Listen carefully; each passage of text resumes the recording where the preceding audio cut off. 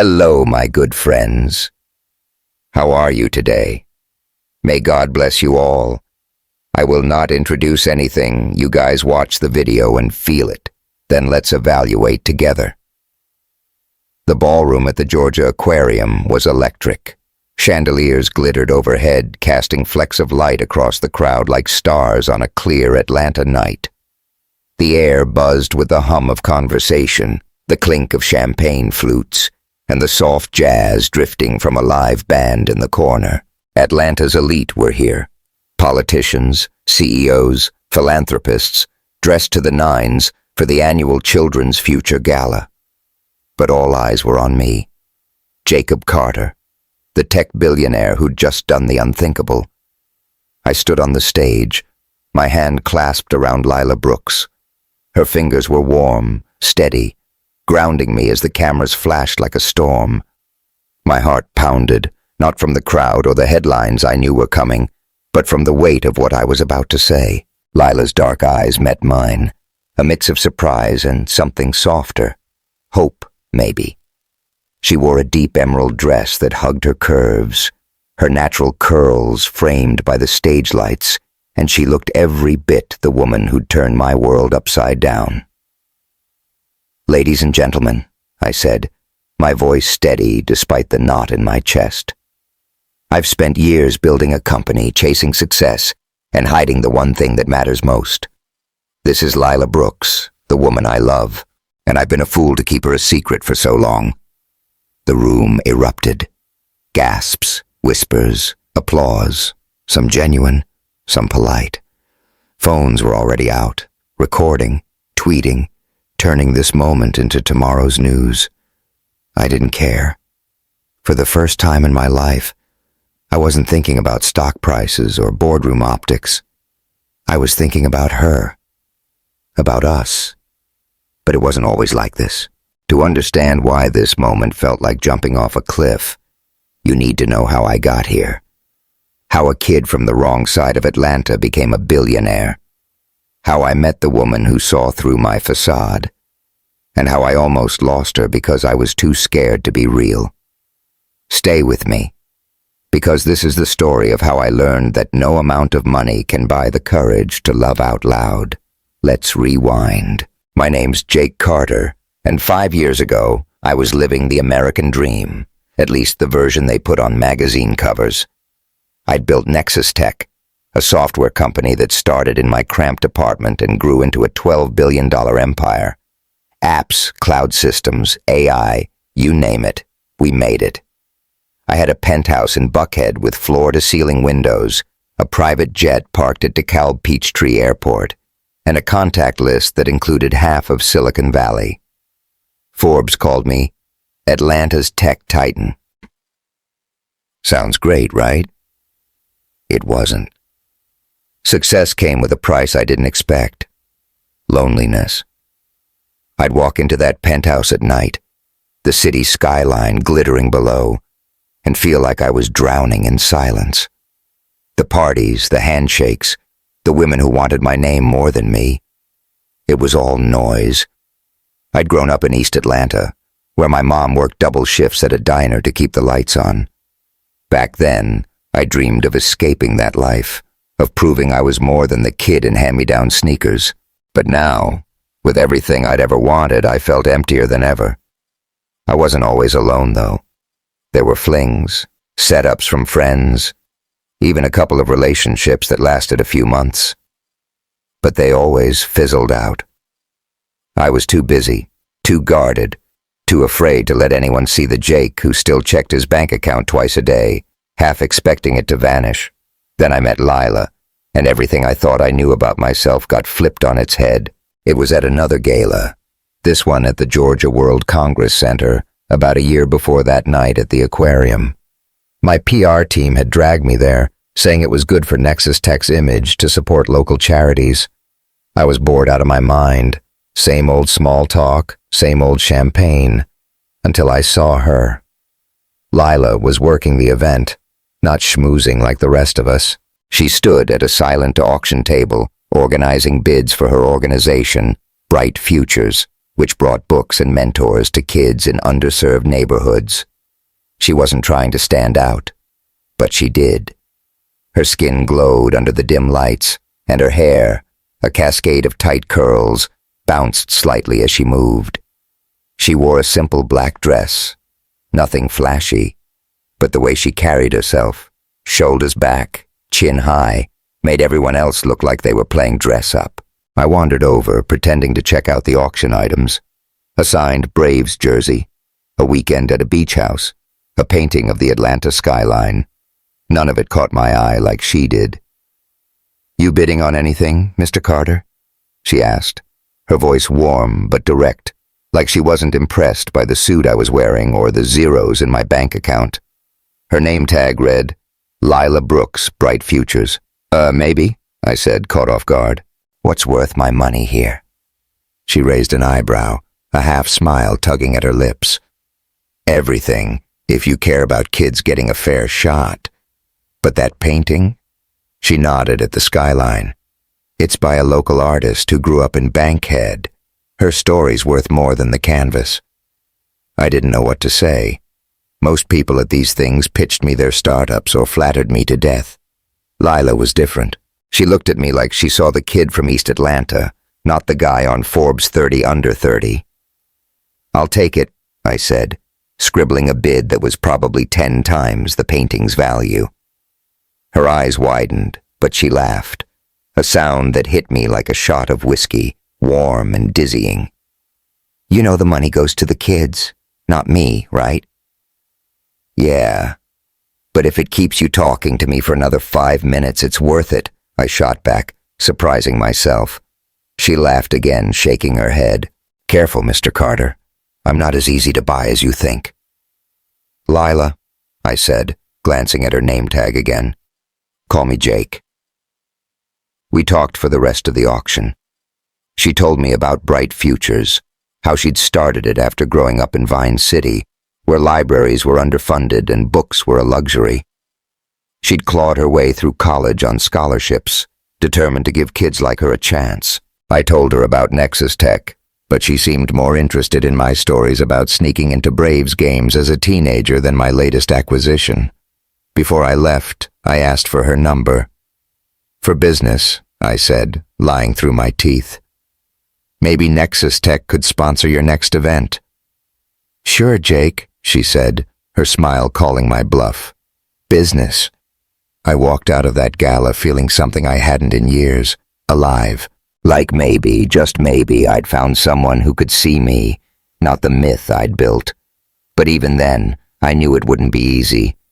I was a white guy who'd spent years curating a perfect image, clean-cut, untouchable, the kind of CEO investors trusted with billions.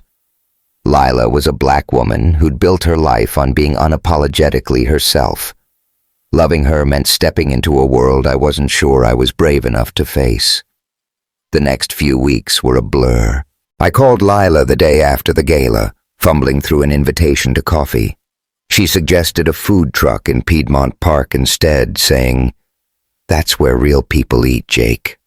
You could use some real in your life." She wasn't wrong.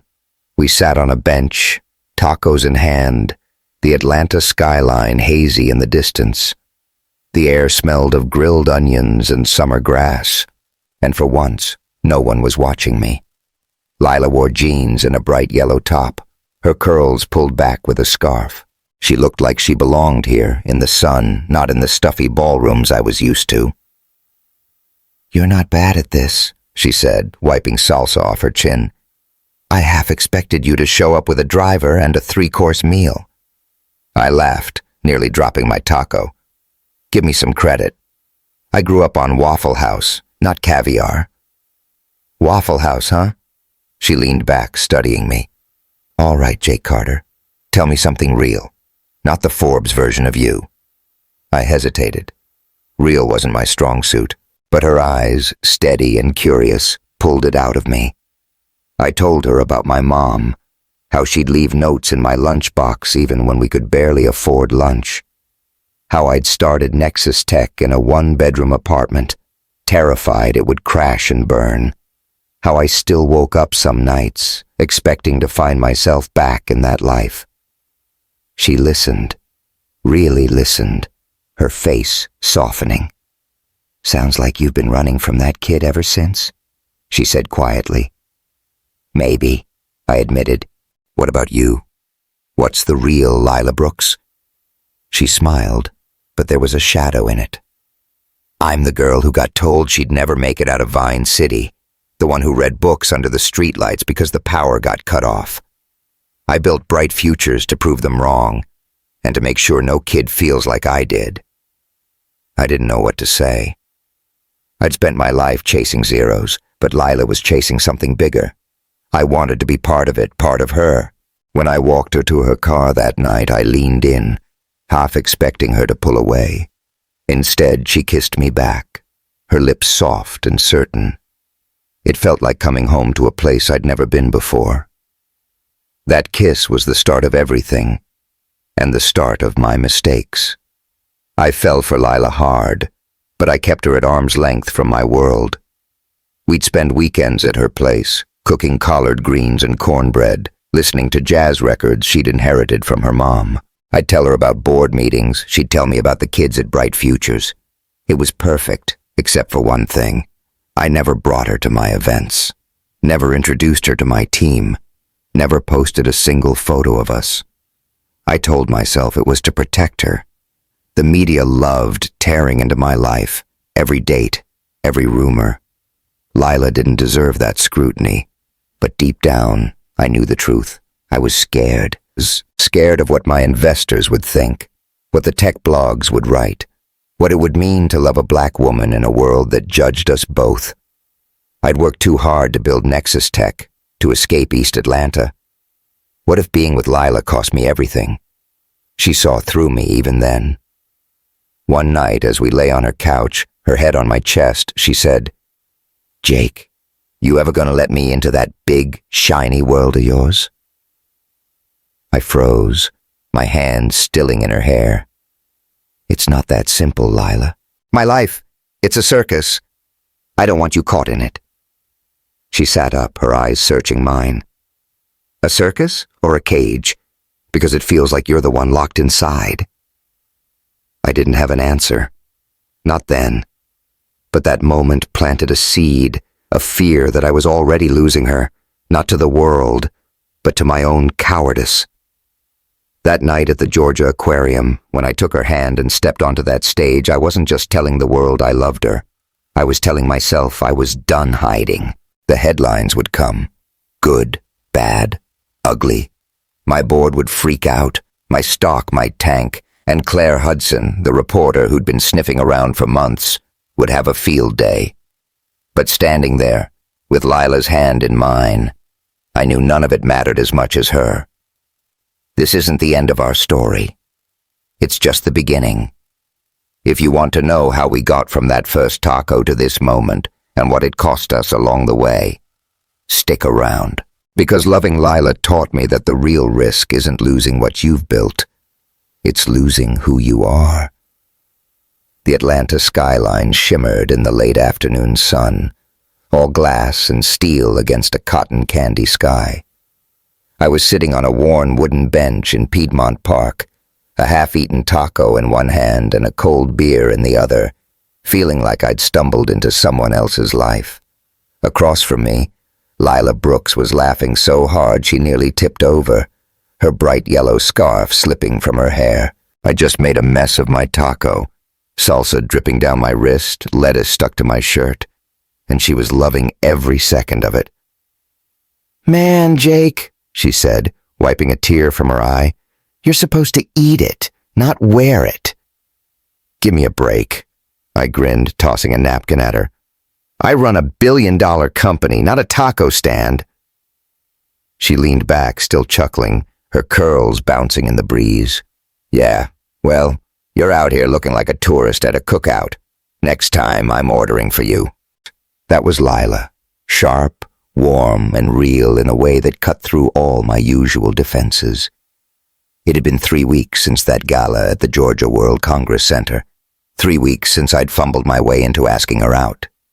Now, here we were. on what I guess you'd call our first real date, and I was already in deeper than I'd ever meant to go. But with Lila, it didn't feel like falling. It felt like waking up. Those early days with Lila were like a song you can't stop humming. After that first call, where I'd spent 10 minutes pacing my penthouse before dialing her number, we started finding excuses to see each other. Coffee at a hole-in-the-wall shop in Little 5 Points, a walk along the Beltline, dodging joggers and street artists. She'd text me random stuff, like a photo of a kid at Bright Futures holding up a new book or a meme about tech bros that had me laughing out loud in a board meeting. I'd send her playlists, trying to impress her with my taste in Outkast and Childish Gambino, only for her to fire back with a Nina Simone track that hit me right in the chest. But that day in Piedmont Park was different. It wasn't just a quick meet-up or a stolen hour between my meetings. It was us, unguarded, in a bubble where the world couldn't touch us. The park was alive, kids chasing frisbees, couples sprawled on blankets, a guy playing saxophone under a tree. The air smelled of charcoal grills and cut grass, and for once I wasn't checking my phone or worrying about the next deal. I was just there. Lila leaned forward, resting her chin on her hand. She'd swapped her gala dress for jeans and a loose tank top, but she still had that quiet confidence that made everyone else fade into the background. "All right, Jake Carter," she said, her voice teasing but curious. "You've been dodging the real stuff long enough. Tell me something nobody knows about you." I took a sip of my beer, stalling. Nobody knows. That was a tall order for a guy who'd spent years building walls. But Lila had this way of looking at me, not at the CEO, not at the Forbes cover, but at the guy underneath. So I went for it. "When I was a kid," I said, "I used to hide under my bed when my mom's boyfriend came over. He was a loud guy, always yelling about something. I'd take this old radio with me, one of those clunky ones with a busted antenna, and listen to baseball games. Braves games, mostly. I'd pretend I was out there with them, not stuck in a shitty apartment with a guy who scared me." Her face softened, but she didn't interrupt, just nodded like she got it. "It's dumb," I added, shrugging. "But those games, they made me feel like I could be somewhere else. Someone else." "It's not dumb," she said quietly. "It's you." She reached across the bench, her fingers brushing mine for a second. "Thanks for telling me." I swallowed hard, my throat tight. "Your turn then. What's nobody know about Lila Brooks?" She leaned back, her eyes drifting to the skyline. For a moment, I thought she dodged the question, but then she spoke. "I used to write poetry. Back in high school, when things got heavy, Mom working late, bills piling up, kids at school saying I'd never be anything. I'd sit on the fire escape and write. Bad stuff probably, but it kept me sane." "You still write?" I asked. "Nah." She smiled, a little sad. "Bright Futures takes all my words now, but sometimes I miss it. That feeling of putting yourself on a page, no filter." "You should pick it up again," I said. "I'd read it." She laughed, shaking her head. "Oh, you're smooth, Jake. I'll give you that." That conversation stuck with me, not just because it was the first time I'd opened up to someone in years, but because Lila didn't push or judge. She just listened, and somehow that made me want to tell her more. A couple of weeks later, Lila invited me to her place for dinner. I showed up at her midtown apartment, a cozy, slightly cluttered spot above a bookstore, with a bottle of wine I'd spent way too long picking out. The hallway smelled of incense and old wood, and when she opened the door, I nearly dropped the bottle. She was in a loose sweater and leggings, her hair tied up with a patterned scarf, and she looked so effortlessly beautiful it threw me off. "Hope you're hungry," she said, ushering me in. "I'm not letting you leave till you try my mac and cheese." "Mac and cheese?" I raised an eyebrow, setting the wine on her counter. "You know I grew up on the boxed kind, right?" she gasped, clutching her chest like I'd insulted her family. Boxed? Jake, you're in Atlanta now. We don't play like that. Her apartment was small but warm, every corner telling a story. A sagging bookshelf held novels by Zora Neale Hurston and James Baldwin, mixed with dog-eared textbooks from her college days. A record player sat on a side table, a stack of vinyls, Aretha Franklin, Miles Davis, next to it.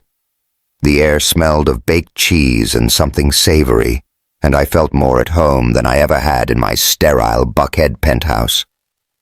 We cooked together, or rather, I chopped onions while Lila did the real work.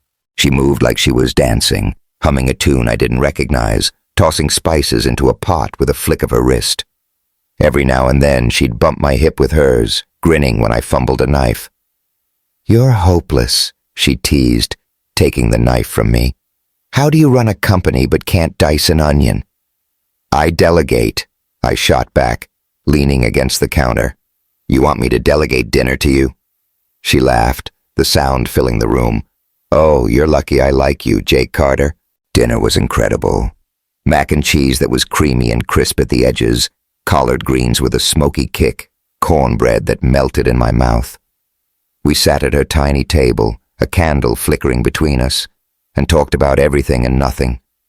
Her dreams for bright futures, my latest fight with a board member, the time she snuck into a Janet Jackson concert as a teenager, the time I crashed a golf cart at a tech conference and pretended it wasn't me. After dinner, she put on a record. Nina Simone's I Put a Spell on You.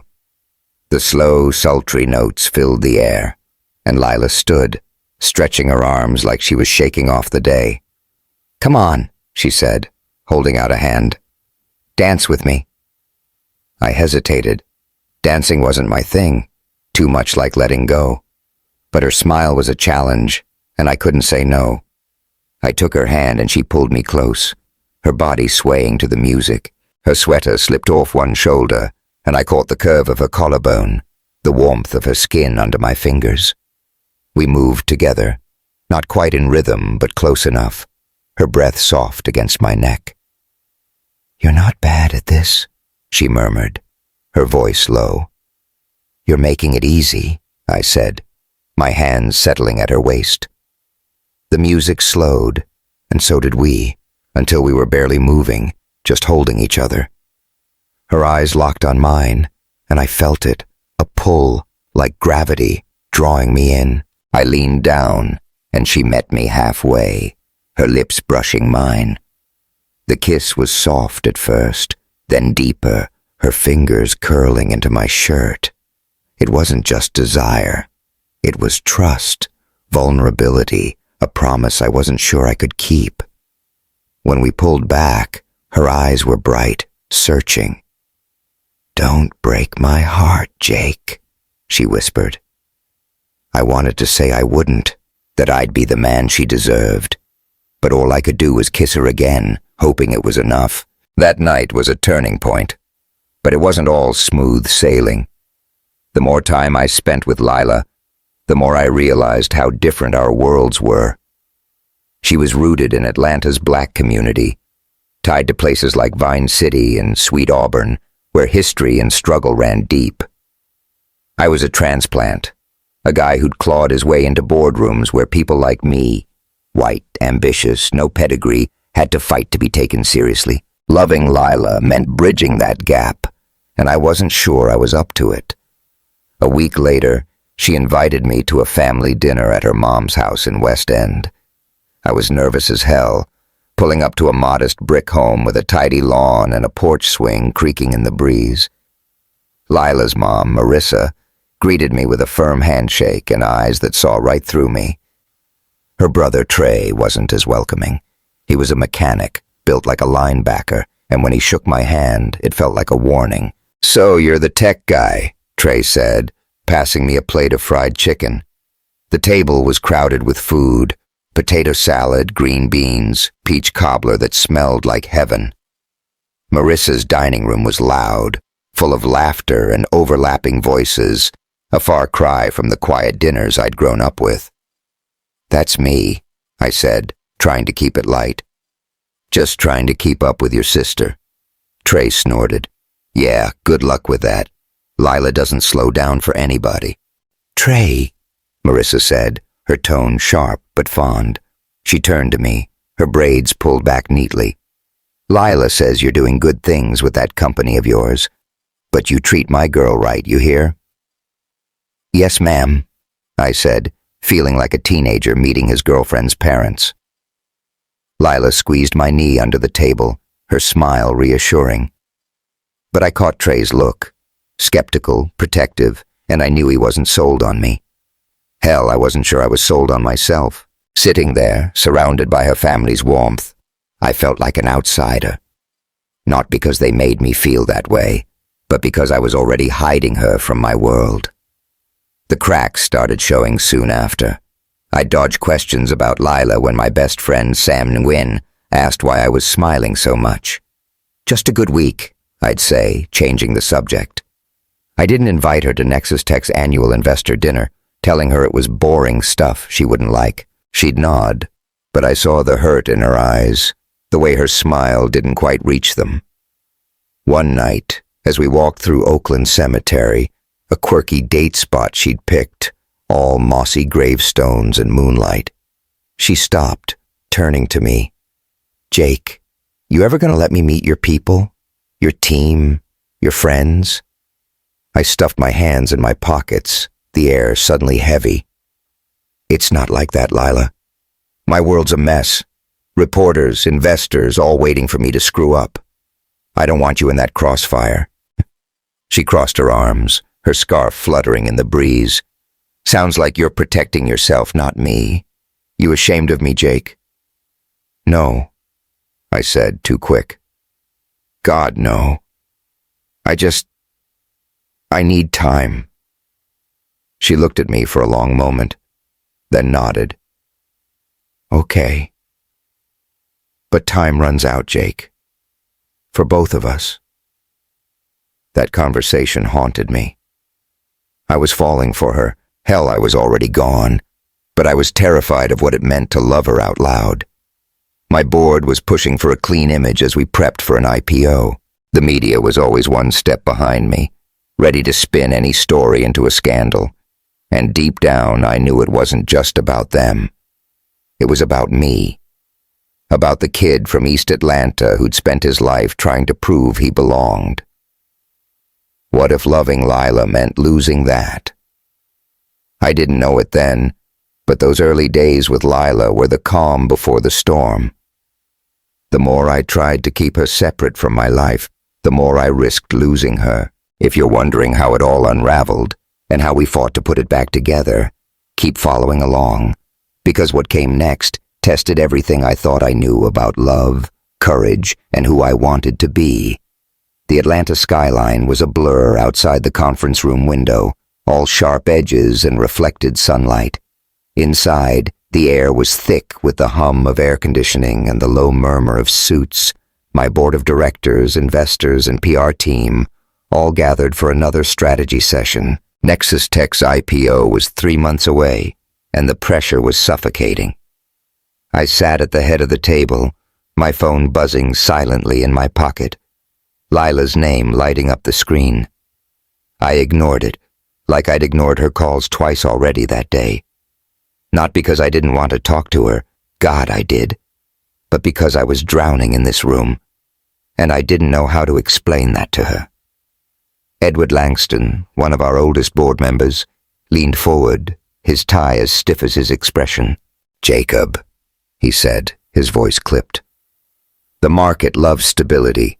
Investors want to know you're focused, dependable. A family man image would go a long way right now. I forced a nod, my jaw tight. Family man. The phrase hung in the air like a guillotine. I could feel my PR director Vanessa watching me, ready to jump in with her usual spin.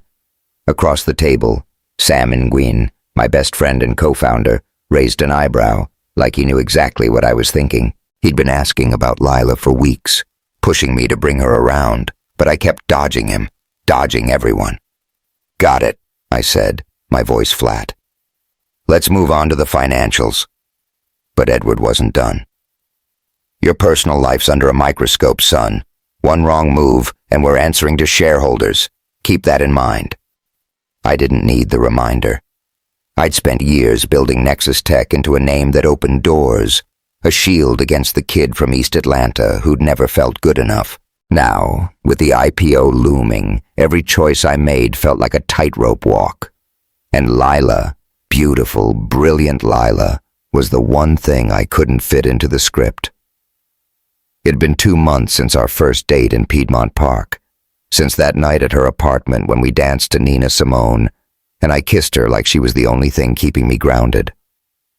Those moments felt like a dream now, slipping through my fingers every time I stepped back into my real life. Lila and I were still together, late-night calls, stolen weekends at her place, but I'd drawn a line I didn't know how to cross. I kept her out of my world, away from the galas, the boardrooms, the cameras that followed me like vultures. It wasn't just about the IPO. Yeah, that was part of it. Edward and the others wanted a squeaky clean image, and I didn't know how they'd react to me dating a black woman who spoke her mind and didn't play by their rules. But it was more than that. It was the whispers I imagined at industry events, the headlines that'd dissect us, the clients from conservative corners who might pull their contracts. I told myself I was protecting Lila, shielding her from the mess that came with my name. But deep down, I knew I was protecting myself from the fear that loving her openly might cost me everything I'd built. She felt it too. I saw it in the way her smile faltered when I made excuses, the way her voice got quiet when I changed the subject. Last week, I'd invited her to a tech conference at the Ritz-Carlton, but not as my date, as a friend who happened to run a charity we donated to.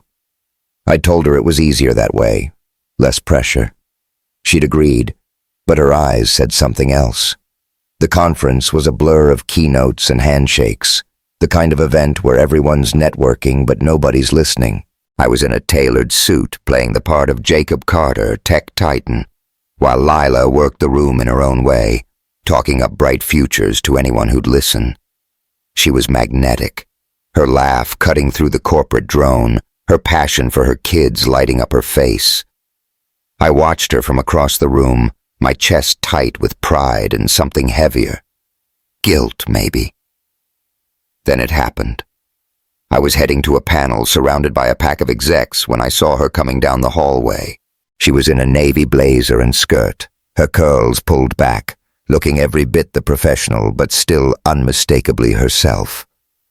Our eyes met, and for a second, I wanted to stop, pull her into my arms, tell everyone she was mine. Instead, I gave her a quick nod, barely a glance, and kept walking, the exec's chatter swallowing me up. I didn't see her face, but I felt it, like a door slamming shut. That night, I drove to her apartment, the city lights streaking past like accusations. Midtown was alive, bars spilling laughter onto the sidewalks, neon signs buzzing. But I barely noticed. All I could think about was Lila, the way she'd looked in that hallway, the way I'd let her down. I parked outside her building, my hands gripping the wheel, and texted her, "Can we talk?" She didn't answer right away. When she finally buzzed me up, I found her in her living room sitting cross-legged on the couch, a glass of wine in her hand. The record player was silent, the air heavy with something unspoken. She didn't look angry, just tired, like she'd been carrying a weight I hadn't noticed. "Hey," I said, shutting the door behind me. "I'm sorry about today. It was hectic and—" "Hectic?" She cut me off, her voice low but sharp. "Jake, you walked right past me, like I was nobody." I winced, shoving my hands in my pockets. It wasn't like that. I was with those guys and I didn't want to what? She set her glass down, standing up. Didn't want to explain me? Didn't want to deal with the looks? What, Jake? I opened my mouth, but nothing came out. She stepped closer, her eyes searching mine, and I felt like she was peeling back every layer I'd spent years building. "Do you know what it feels like?" she said, her voice cracking. To watch the man you love pretend you don't exist? To stand there smiling for your stupid conference knowing you won't even look at me? Lila, I'm not pretending, I said, desperate. I'm trying to protect you. My life, it's a circus. Reporters, investors, they'll tear into us. I don't want you caught in that. She laughed, but it was bitter, nothing like the laugh I loved. Protect me? Jake, I grew up in Vine City. I've dealt with worse than some gossip column. What I can't deal with is this. She gestured between us, her hand trembling. You keeping me in a box like I'm some secret you're ashamed of. I'm not ashamed, I said, stepping toward her.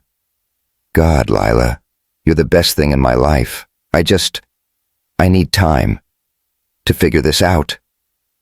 She shook her head, her eyes shining with unshed tears. Time for what? To decide if I'm worth it? Because I already know what I'm worth, Jake, and I deserve better than this. The words hit like a punch. I wanted to argue, to tell her she was wrong, but I couldn't. Because she wasn't. I'd been hiding her, not just from the world, but from myself, from the part of me that still felt like the kid under the bed, scared of losing everything. Lila, please, I said, my voice breaking. I'm trying. I don't want to lose you. She looked at me for a long moment, then walked to the table by the door.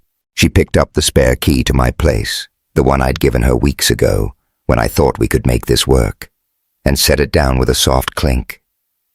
I'm not yours to lose, she said quietly. Not like this. When you're ready to love me for real, you know where to find me. She opened the door, and I walked out, the sound of it closing behind me louder than any slam. I stood in the hallway, the incense-scented air choking me, and realized I'd just let the best thing in my life slip away. The next few days were a haze. I threw myself into work pretending I was fine, but every meeting, every email felt hollow. Sam noticed, cornering me in my office one afternoon. The Buckhead skyline stretched out behind him, all glitter and promise, but it didn't mean a damn thing anymore. You look like hell, he said, tossing a stress ball at me. What's going on with you and Lila? I caught the ball, squeezing it too hard. Nothing's going on. We're taking a break, he snorted, leaning against my desk. A break? Man, you're full of it. You screwed up, didn't you? I didn't answer, but my silence was enough. Sam shook his head, his usual grin gone. Jake, you're my best friend, so I'm going to say it straight. You keep hiding her. You're not just going to lose her. You're going to lose yourself. I wanted to argue, to tell him he didn't get it. The IPO, the board, the media waiting to pounce. But he wasn't wrong. I was losing myself piece by piece every time I chose fear over Lila. Things didn't get better. Lila stopped texting, stopped calling. I saw her name in a news alert. She'd been invited to speak at a community event in Sweet Auburn, her work with Bright Futures getting more attention. I watched a clip online, her standing at a podium, her voice steady as she talked about giving kids hope. She was radiant, unstoppable, and I wasn't part of it. Not anymore. Then there was Claire Hudson. I'd heard about her before, a reporter with a knack for digging up dirt. She'd been sniffing around Nexus Tech for weeks, and now she had a new angle. I got an email from her, short and smug. Mr. Carter, I'd love to chat about your personal life. I have some photos you might find interesting. Let's talk before I publish. My stomach dropped. Photos? Of me and Lila? I didn't know what she had, but the thought of her dragging Lila's name through the mud made me sick. I deleted the email, but it didn't erase the dread creeping up my spine. I tried to fix things in my own clumsy way. I called Lila, left voicemails that went unanswered. I sent flowers to her office, only to hear from a mutual contact that she'd donated them to a community center. I even showed up at a Bright Futures event, hoping to catch her, but she was surrounded by kids and volunteers, her smile bright but guarded. When she saw me, she gave a polite nod, nothing more. It was worse than if she'd yelled. The worst part wasn't her distance. It was knowing I'd earned it. I'd taken the one person who saw me, really saw me, and made her feel invisible. And now, with Claire circling and the IPO breathing down my neck, I was running out of time to make it right. That night at Lila's apartment, when she gave me back my key, was the first real crack in our story. It wasn't the end, not yet. But it was the moment I realized how much I stood to lose. If you're wondering how I dug myself out of this hole, or if I even could, stick with me. Because what came next was uglier, messier, and more real than I ever expected. The neon glow of the Fox Theater sign flickered across Peachtree Street, casting shadows on the sidewalk as I sat alone at a corner table in a dive bar called The Local. The place was a far cry from the polished Buckhead lounges I usually ended up in. Sticky floors, a jukebox blaring Lynyrd Skynyrd, and a bartender who didn't care who I was. I liked it that way. Tonight, I didn't want to be Jacob Carter, tech titan. I just wanted to be Jake, the guy who'd screwed up the best thing in his life and didn't know how to fix it. It had been 2 weeks since Lila gave me back my key, 2 weeks since I walked out of her apartment with her words ringing in my ears. I'm not yours to lose. I kept replaying that moment, the soft click of her door closing, the way her eyes held disappointment instead of anger. I'd faced boardroom battles, market crashes, and lawsuits without blinking, but losing Lila, that was a kind of fear I didn't know how to fight. My phone sat on the table, screen dark. I'd called her 3 times this week, left voicemails that sounded pathetic even to me. Lila, it's me. I'm sorry. Can we talk? No response. I'd sent flowers to her office, roses, because I remembered her saying they reminded her of her mom's garden. She'd donated them to a community center in Vine City, according to a friend we both knew. I didn't blame her. I'd hurt her, and no bouquet was going to erase that. The bar door swung open, and Sam Nguyen walked in, his sneakers squeaking on the floor. He spotted me, shook his head, and slid into the booth across from me, grabbing my beer without asking and taking a swig. You look like a kicked puppy, he said, tossing his jacket on the seat. Still moping over Lila? I leaned back, rubbing a hand over my face. I'm not moping. I'm thinking. Bullshit. He pointed the bottle at me. You're hiding, same as you've been doing since you met her. I glared at him, but he didn't flinch. Sam was the one person who never let me off the hook.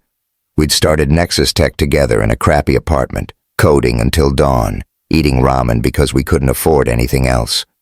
He knew me better than anyone, knew the kid from East Atlanta who'd fought to prove he belonged, and the man who was still scared of falling back. What do you want me to say, Sam? I snapped.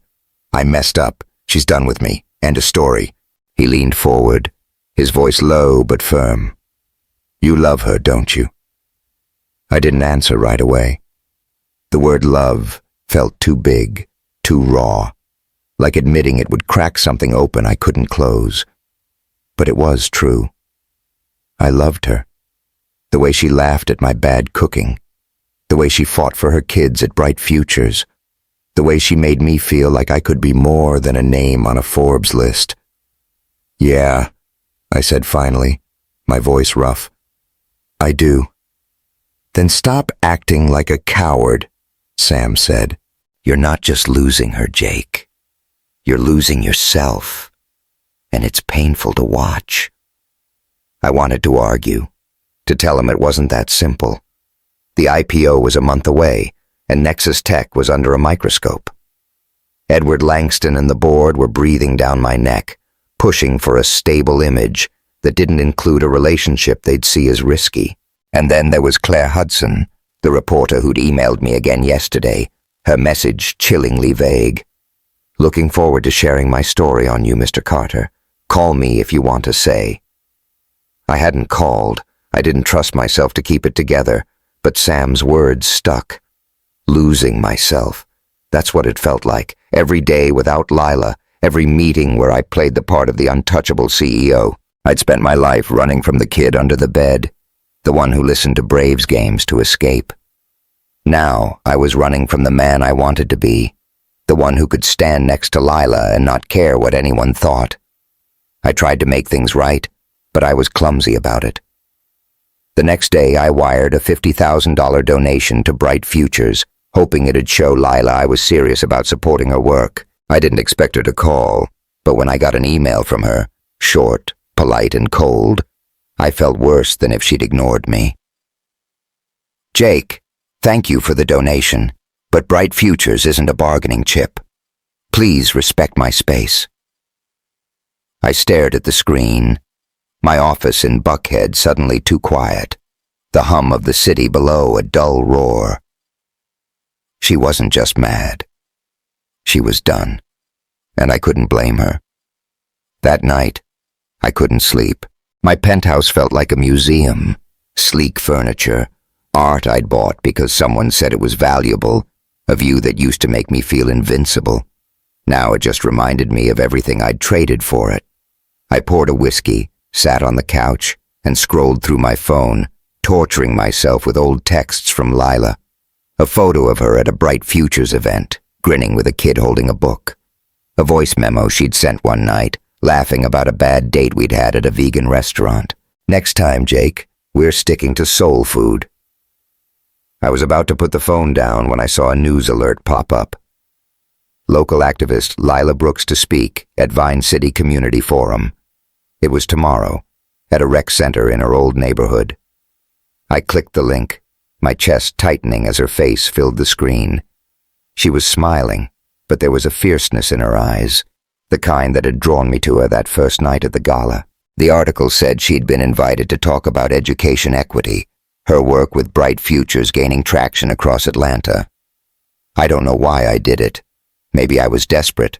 Maybe I just needed to see her. But I pulled up the event page and bought a ticket. Not as Jacob Carter, CEO, but as Jake, some guy hoping for a second chance. The Vine City Rec Center was nothing like the glitzy venues I was used to. It was a low brick building with scuffed floors and fluorescent lights, the air thick with the smell of coffee and fried chicken from a potluck table. The room was packed, families, activists, kids running between chairs. A gospel choir was warming up in the corner, their voices rising and falling like a heartbeat.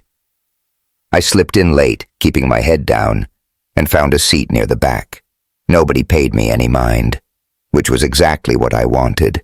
Lila was already at the podium when I sat down, her voice steady and clear. She wore a simple white blouse and jeans, her curls loose, a stack of bracelets jingling as she gestured. She was talking about Bright Futures, about the kids she'd seen go from struggling readers to dreaming of college. But it wasn't just her words that hit me. It was her, the way she stood, unapologetic, like she belonged in that room, in that fight. The way her eyes lit up when she mentioned a girl who'd just won a scholarship. The way she made everyone feel seen. Then she said something that stopped me cold. "Be brave enough to be exactly who you are," she told the crowd, her voice softening but firm. "The world will try to tell you you're not enough. Too loud, too different, too much. But the right people? They'll stay. The wrong ones? They never mattered." The room erupted in applause, but I barely heard it. My throat burned, my hands clenched in my lap. She wasn't just talking to them. She was talking to me. Or maybe I was just desperate enough to think so. Either way, it was like a switch flipped. I'd been running from who I was my whole life, hiding the kid from East Atlanta, hiding Lila, hiding the man who loved her. And for what? A stock price? A boardroom nod? None of it was worth losing her. I stayed until the end, watching her shake hands, laugh with old neighbors, hug a kid who ran up to show her a drawing. She didn't see me, and I didn't try to talk to her. Not yet. But as I walked out into the humid Atlanta night, the stars blurry above the city, I knew I couldn't keep doing this. I had to change, not just for her, but for me. The next morning, I was back in my office trying to focus on IPO prep when Claire Hudson's name popped up in my inbox again. Last chance, Mr. Carter. My story runs tomorrow. Call me. Attached was a grainy photo. Me and Lila at a coffee shop weeks ago, my hand on hers, both of us smiling like the world couldn't touch us. My stomach churned. Claire wasn't just fishing, she had something, and she was ready to use it. I didn't call her. Instead, I called Sam, asking him to meet me for lunch. We ended up at a taco truck near Tech Square, the same kind of place Lila loved. The air smelled of grilled meat and diesel, students from Georgia Tech milling around us. I told Sam everything. Lila's speech, Claire's email, the donation she'd rejected. "Dude," he said, wiping salsa off his chin, "you're finally getting it. But you gotta do more than feel bad. You gotta show her you're in." "How?" I asked, frustrated. "She won't even talk to me." He grinned, tossing a napkin at me. "Figure out what matters to her, man. Not your money, not your name. Her. And then put your ass on the line for it." I nodded, but my mind was racing. Claire's story was a ticking bomb, and the board was meeting tomorrow to finalize our IPO pitch. Edward had already hinted at wanting me to clear up any distractions. Code for staying single, staying safe. If Claire ran that photo, it'd force my hand, and I wasn't sure I was ready for that. That afternoon, I drove to Piedmont Park, the place where Lila and I had our first date. The bench was still there, scuffed and weathered, overlooking the lake where we'd laughed over tacos. I sat down, the sun warm on my face, and let myself think about her. Not just the big moments, the gala, the dance, the fight, but the small ones. Her humming while she cooked, the way she'd text me, "You good?" after a long day, the way she made me want to be better. Sam was right. I wasn't just losing Lila, I was losing myself, and for the first time I wasn't okay with that. Lila's words from the rec center echoed in my head. "Be brave enough to be exactly who you are." I didn't know if I could be that guy yet, but I knew I had to try. For her, for us. This was the moment things started to shift, but the road ahead wasn't easy. Claire's story was about to blow everything open, and the board wasn't going to make it simple. If you're wondering how I faced those storms, and whether Lila ever gave me another chance, keep following along, because what came next was the hardest fight of my life. Rain streaked down the windows of my Buckhead office, blurring the Atlanta skyline into a mess of gray and neon. I sat at my desk, staring at my laptop, the headline on my screen burning into my eyes like a brand. Tech Titan's Secret Romance. Who is Jacob Carter's mystery woman? Claire Hudson's article had dropped that morning, and it was worse than I'd feared.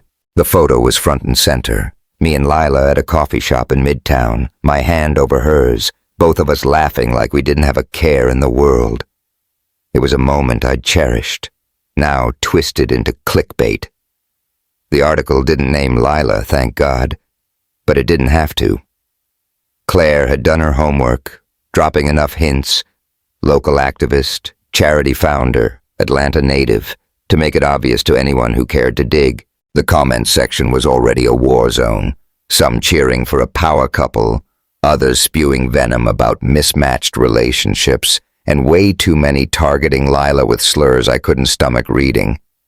Twitter was worse. Hashtags like #CarterScandal and #WhoIsShe were trending, and every notification felt like a punch. I'd known Claire was trouble, but I hadn't expected this. Not this fast, not this cruel. And the worst part? I hadn't warned Lila. I'd been too busy wrestling with my own head, trying to figure out how to fix things after she gave me back my key. Now she was caught in my mess, and I had no one to blame but myself. My phone buzzed. Sam, for the third time that hour. I ignored it, just like I'd ignored the dozen emails from my PR team and the urgent meeting request from Edward Langston. The board was freaking out, no surprise there. Nexus Tech's IPO was weeks away, and this was the kind of distraction they'd warned me about. But all I could think about was Lila, how she must be feeling, what she must be thinking.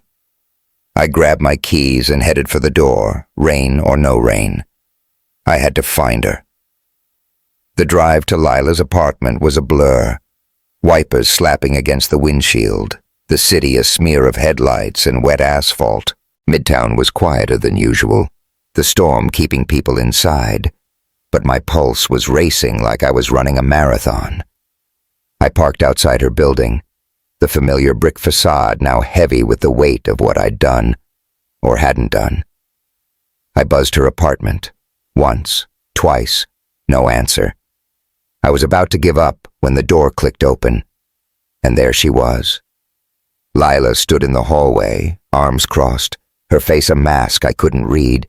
She wore a hoodie and leggings, her curls tucked under a scarf, but her eyes, those eyes that used to light up for me, were cold, guarded.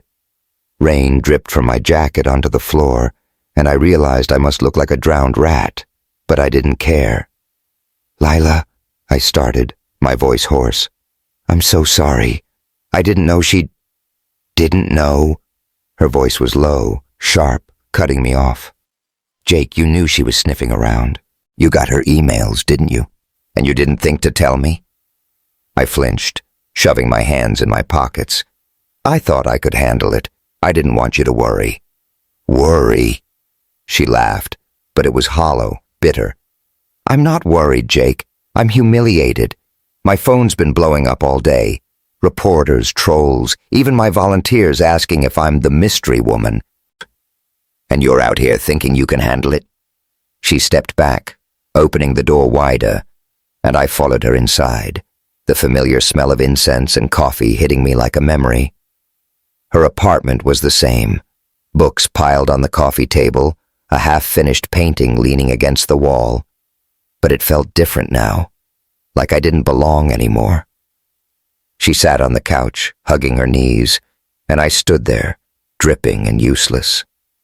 "Lila, I never meant for this to happen," I said, desperate.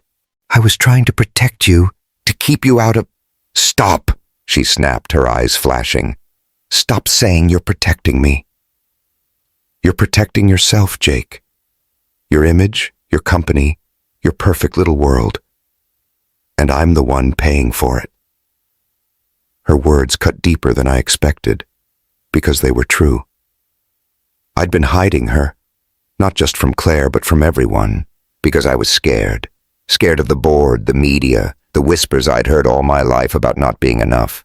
But standing there, seeing the hurt in her eyes, I realized I'd made her feel like she wasn't enough. And that was worse than anything. "I'm not ashamed of you," I said, stepping closer. "Lila, you're everything to me. I messed up, I know, but I'm here now. I want to fix this." She looked up, her face softening for a split second before hardening again. "Fix it?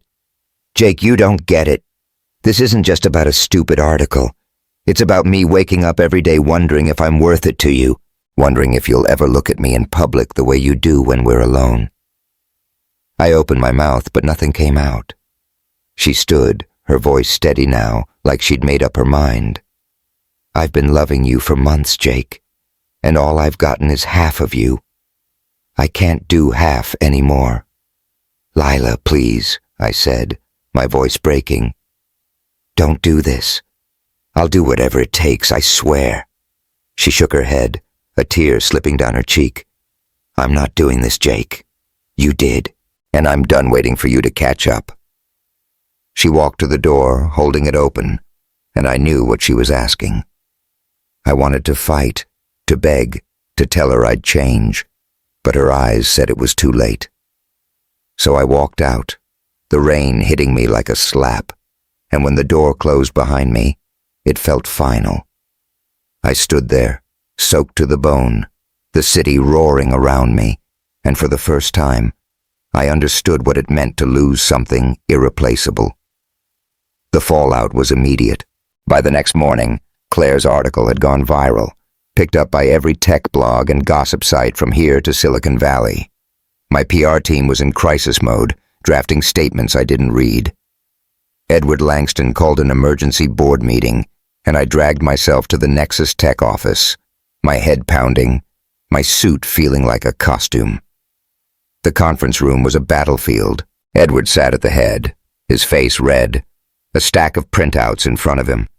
Claire's article, screenshots of tweets, stock projections. The other board members shifted in their seats, avoiding my eyes, except for Sam, who looked like he wanted to punch someone, probably me. "This," Edward said, slapping the article on the table, "is a disaster, Jacob. We're weeks from the IPO, and you've got us tangled in a tabloid scandal." "It's not a scandal," I said, my voice flat. "It's my life."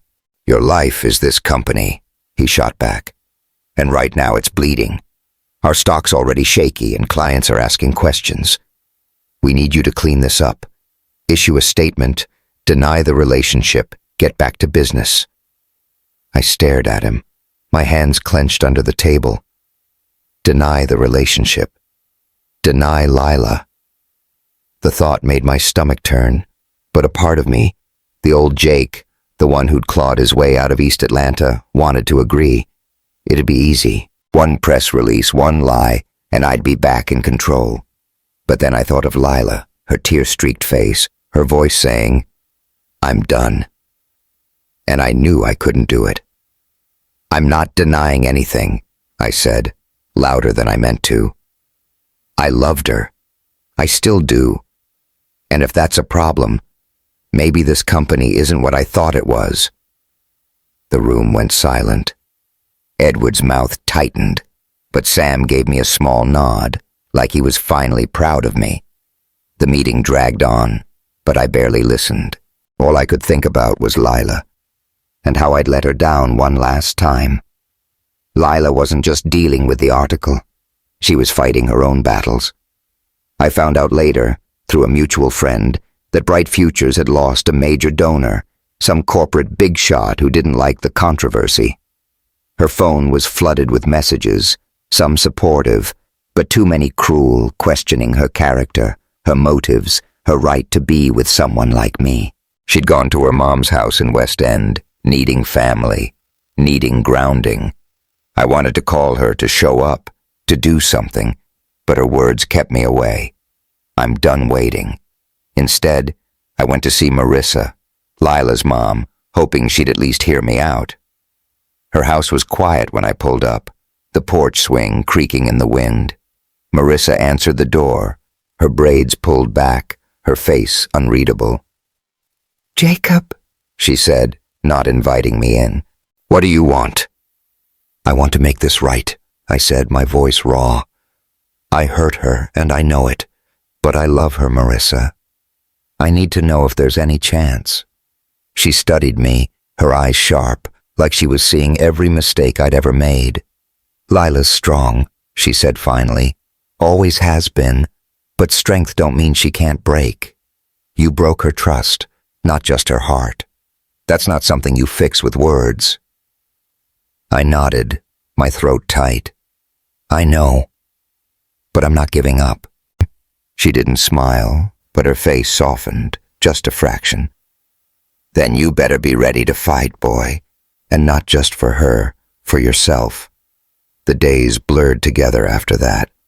I threw myself into work, but it was autopilot, meetings, calls, numbers that didn't mean anything. Sam tried to pull me out, dragging me to a Hawks game, but I barely watched. My mind was on Lila, on the life we could have had if I'd been braver.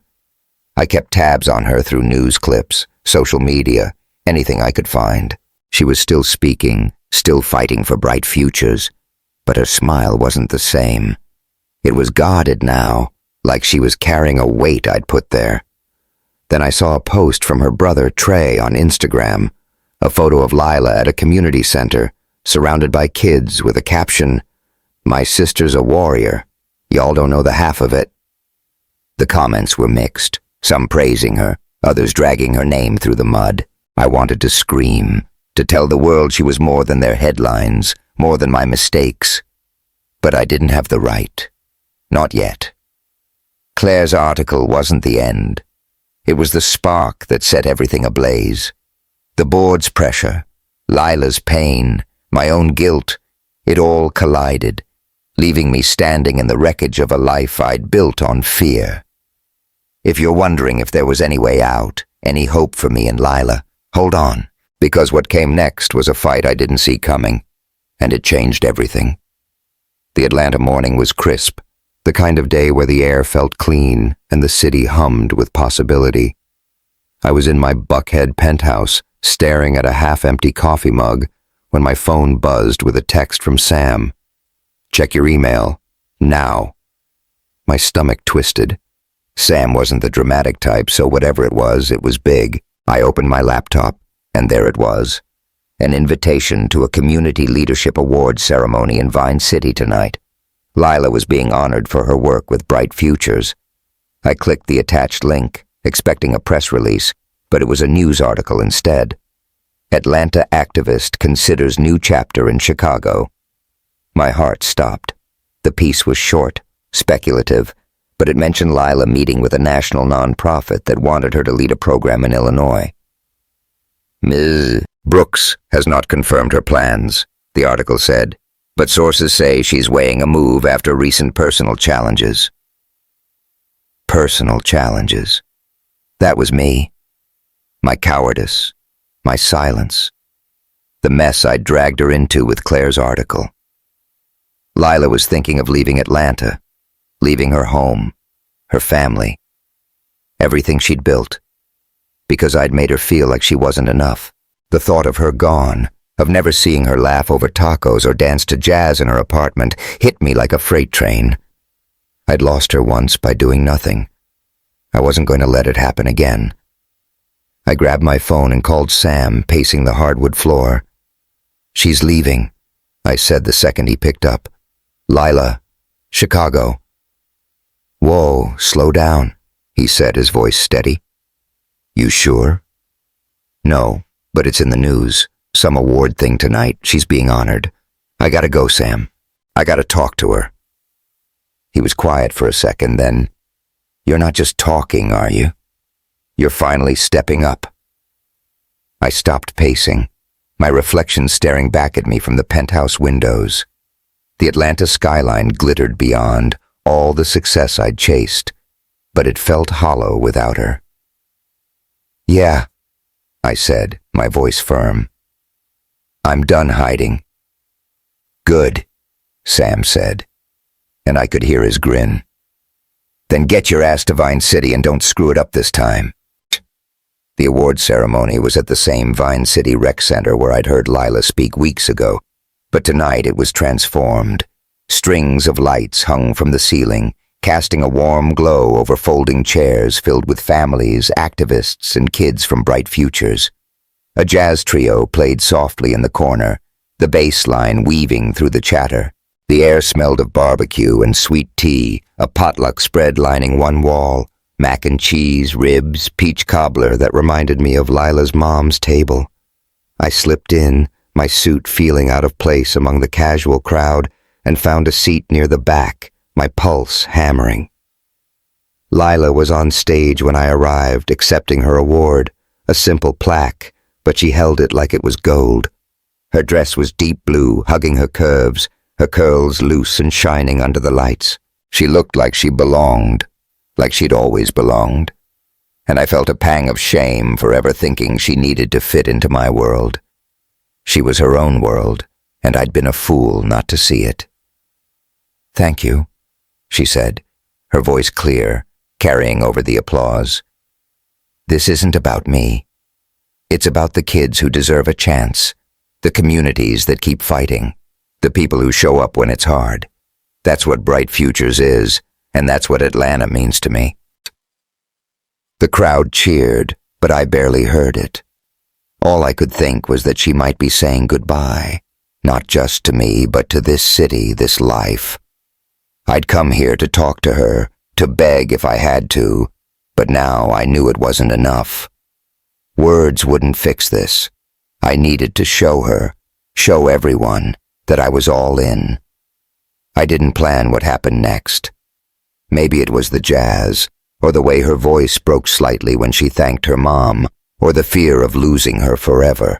But when the ceremony ended and the crowd started mingling, I found myself moving. I pushed through the room, past kids tugging at their parents, past Marissa giving me a sharp look from across the way, until I reached Lila. She was talking to a group of donors, her smile polite but tired, and when she saw me, her eyes widened. "Jake," she said, her voice cautious, like she was bracing herself. "What are you doing here?" I didn't answer right away.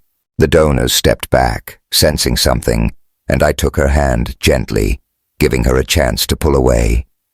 She didn't.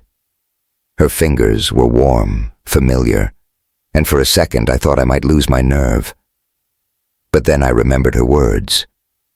Be brave enough to be exactly who you are. And I knew what I had to do. "I'm sorry," I said, loud enough for the room to hear. Heads turned, phones came out, but I kept my eyes on her. "I'm sorry it took me this long to get here. I was scared. Of losing Nexus Tech, of what people would say, of not being enough for you. But the only thing I'm scared of now is losing you." Her lips parted, but she didn't speak, so I kept going, my voice shaking but steady. "I love you, Lila Brooks. I love the way you fight for what matters, the way you make everyone feel seen. I love you, and I should have shouted it from every rooftop in Atlanta. I'm done hiding you. I'm done hiding me." The room was quiet, the jazz trio pausing, every eye on us. Lila's face was unreadable, her hands still in mine, and I felt the weight of it all, the article, the board, the world waiting to judge. But none of it mattered as much as her. "Are you sure?" she whispered, searching my eyes. "This changes everything, Jake." "I hope so," I said, pulling her closer, "because I'm not going back to the way things were." I kissed her then, right there in front of everyone, her lips soft and fierce against mine. The crowd erupted, cheers, gasps, a few whistles, and I heard Marissa's voice somewhere, laughing, saying, "Well, damn!"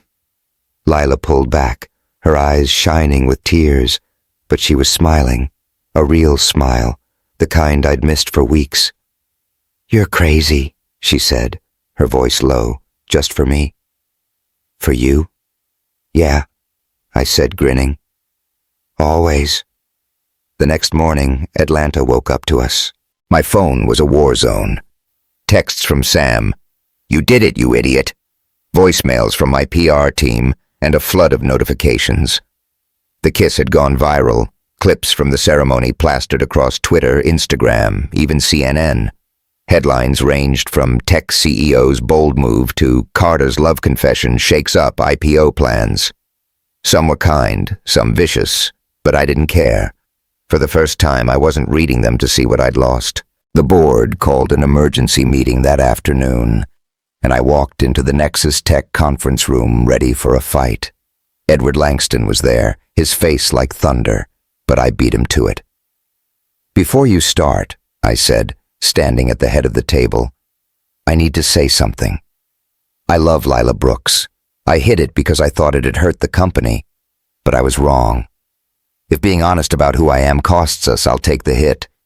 But I'm not lying anymore." The room was silent, the air thick with tension. Then, to my surprise, our chairwoman, a no-nonsense woman named Helen, spoke up. "You think this'll tank our stock?" she asked, her voice calm. "It might," I admitted, bracing myself. She leaned forward, her eyes sharp but not unkind. "Then we'll handle it. But you won't find another woman like that twice, Jacob. Don't be a fool." I blinked, caught off guard. Edward sputtered, but Helen's nod shut him down. Sam was grinning like a kid at Christmas, and for the first time, I felt like I wasn't alone in this. Lila and I met that night at our bench in Piedmont Park, the lake reflecting the city lights like scattered stars. The air was cool, the park quiet except for the distant hum of traffic. She sat beside me, her shoulder brushing mine, a takeout box of tacos between us, just like our first date. But this time, there were no secrets, no shadows. "I saw the headlines," she said, popping a piece of chicken in her mouth. "You're trending, Mr. Carter." I laughed, shaking my head. "Yeah, well, you're the real star. Always have been." She smiled, but it faded slightly, her eyes serious. "Jake, this isn't going to be easy. People are still talking and they won't stop. My kids at Bright Futures, they're getting dragged into it too." I took her hand, my thumb tracing her knuckles. "I know, and I'm sorry I put you in that spot. But I'm here now, Lila. Not just for the good parts, for all of it. The trolls, the donors, the fights. You and me, together." She looked at me, her face softening. "You mean that?" "More than anything," I said, pulling a small box from my pocket. It wasn't a ring, not yet, but a bracelet, silver with a tiny charm shaped like a book, for her kids, for her fight. "I'm not asking for forever right now, just a chance to earn it." Her eyes welled up, but she laughed, slipping the bracelet on. "You're getting better at this romance stuff, you know that." "I had a good teacher," I said, leaning in to kiss her. Her lips were warm, tasting of salsa and promise, and for the first time, I felt like I was exactly where I was supposed to be. The weeks that followed weren't perfect. Nexus Tech's stock dipped, then steadied as Helen predicted. We lost a couple of clients, but gained others who respected the truth. Bright Futures took a hit.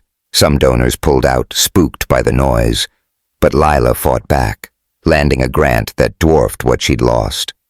She decided to stay in Atlanta, her home, and I stood beside her at press conferences, community events, anywhere she needed me. We weren't bulletproof, but we were honest, and that was enough. Marissa invited me to Sunday dinner, and this time, Trey shook my hand without crushing it, even cracked a smile when I complimented his mom's cobbler.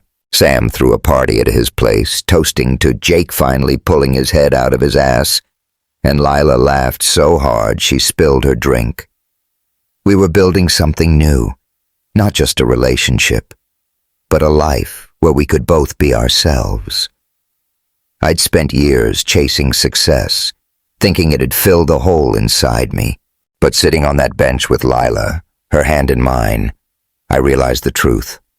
No money, no title, no empire could match the feeling of loving someone and being loved back, flaws and all. I almost lost her because I was too afraid to be real. If there's one thing I've learned, it's this: the right people stay. The wrong ones never mattered.